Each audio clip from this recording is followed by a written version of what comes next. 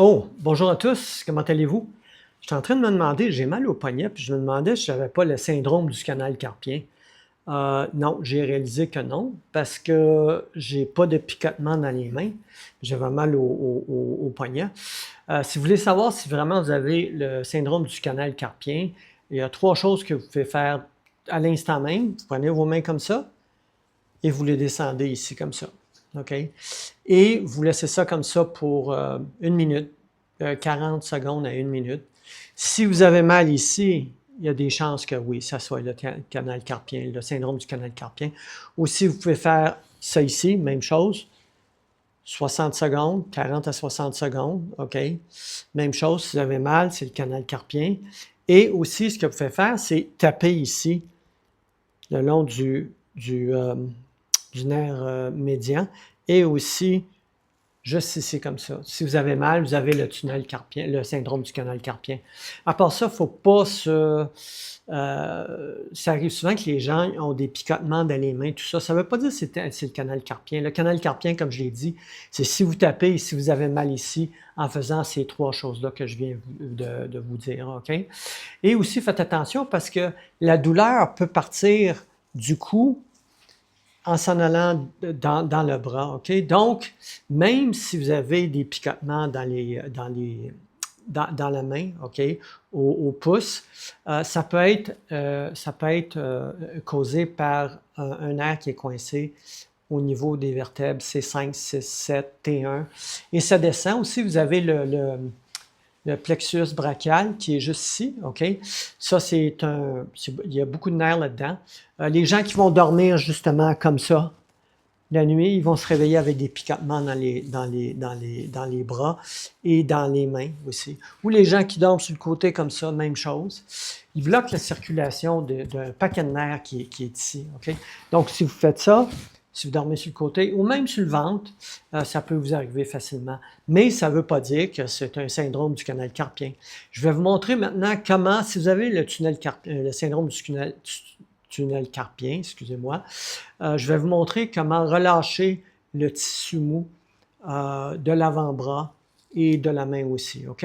Je vais juste réinstaller mon cellulaire pour vous montrer la démonstration. Okay. Bon, OK, voilà. Maintenant, appuyez votre main contre une table ou asseyez-vous à une table. Moi, je suis sur ma table de massage. Là, j'ai la main ici comme ça. Paume de la main en haut, OK? Ce que vous pouvez faire, c'est prendre votre pouce et sans mettre de crème, vous pouvez en mettre un petit peu, mettons un petit peu de lotion. J'en ai juste ici comme ça, juste assez pour glisser. OK, que ça glisse, mais pas trop non plus. Vous pouvez mettre de l'huile, de la crème, en autant que ça glisse un petit peu, mais pas trop, parce que sinon, ça ne fonctionnera pas. OK? Donc, j'ai mis la lotion sur ma main et sur mon avant-bras comme ça. OK? Je vais prendre mon pouce et ce que je fais, comme c'est ici, et je peux descendre ma main comme ça. Et voilà. Attendez un petit peu, je vais replacer ça ici. Bon, là, vous allez le voir. Fait que je fais ça ici, tout en faisant une extension de mon poignet comme ça. Voyez-vous? Vous travaillez tous les muscles dans la main comme ça. OK? Comme ça. Et vous pouvez travailler ici comme ça aussi. Comme ça. Voilà. OK. Comme ça. Et vous pouvez aussi mettre le doigt ici comme ça et travailler différemment la portion, le muscle qui est juste ici. OK? Comme ça. Et je fais comme ça. Et ensuite, vous faites de l'autre côté, juste ici, comme ça. Je ne sais pas si vous voyez mon pouce ici, comme ça, et voilà, et comme ça. Ça, c'est important de travailler ces muscles-là. Le nerf médian passe juste ici, comme ça. Donc, ça serait bien de libérer tout ça ici. OK? Ça va relâcher les tissus mous, comme ça ici. Et ensuite, vous prenez votre pouce tranquillement et vous allez tranquillement vers le haut comme ça. Vers le haut comme ça. Ici. Et ici. Comme ça ici. Et moi, ce que je fais, je vais jusqu'en haut. Pourquoi? Parce que il y a un muscle qui est ici qui s'appelle, en français, je ne sais pas, mais en anglais, c'est juste ici, pronator teres, OK? Puis, ce muscle-là ici, il va référer de la douleur juste ici au pouce. Donc, ça serait bien aussi de le masser, comme ça ici, et je fais tout l'avant-bras comme ça. OK? Ici, comme ça.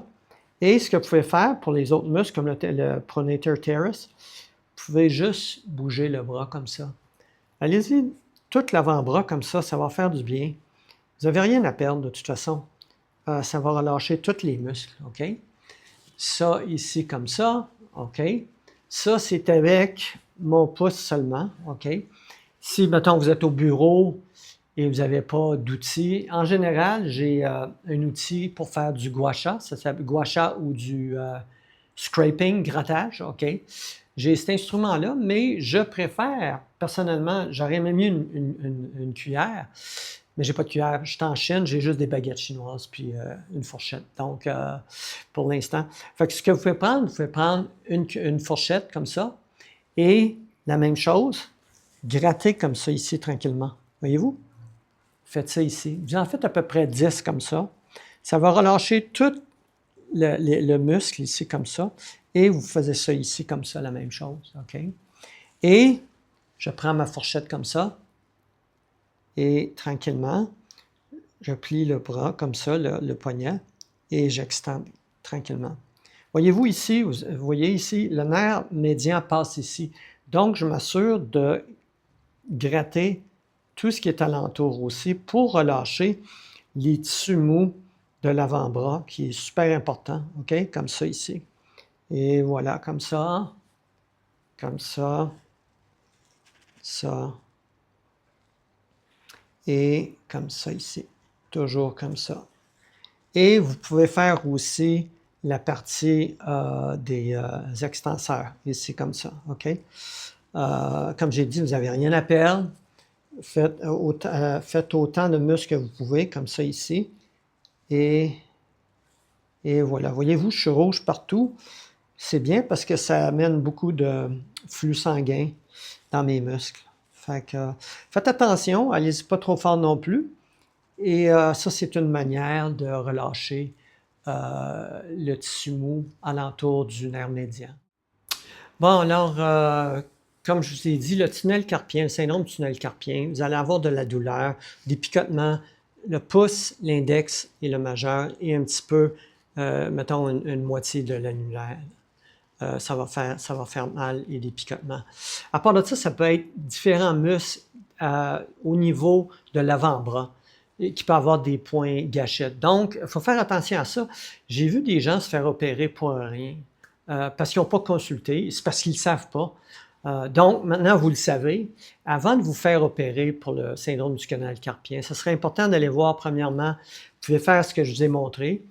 Ensuite, vous pouvez aller voir un massothérapeute, vous pouvez aller voir un ostéopathe, physiothérapeute. Il y a beaucoup de gens qui peuvent vous aider comme ça, mais ça serait important de faire ça avant de se faire opérer, parce que j'en ai vu qui sont fait opérer, puis ça n'avait aucun rapport avec le syndrome du canal carpien. Comme je vous ai dit, ça part d'ici. Et aussi, les gens, j'ai fait une autre vidéo, vous pouvez voir juste ici, OK, à propos des points trigger au niveau du petit pectoral, OK, qui est situé juste ici. Et je montre comment désactiver les points trigger ou juste de le masser un petit peu. Et ça peut vous aider à désactiver des points trigger qui, eux autres, peuvent vous causer de la douleur et aussi une pression sur des nerfs. OK? Donc, je vous remercie et on se revoit à la prochaine vidéo. Merci.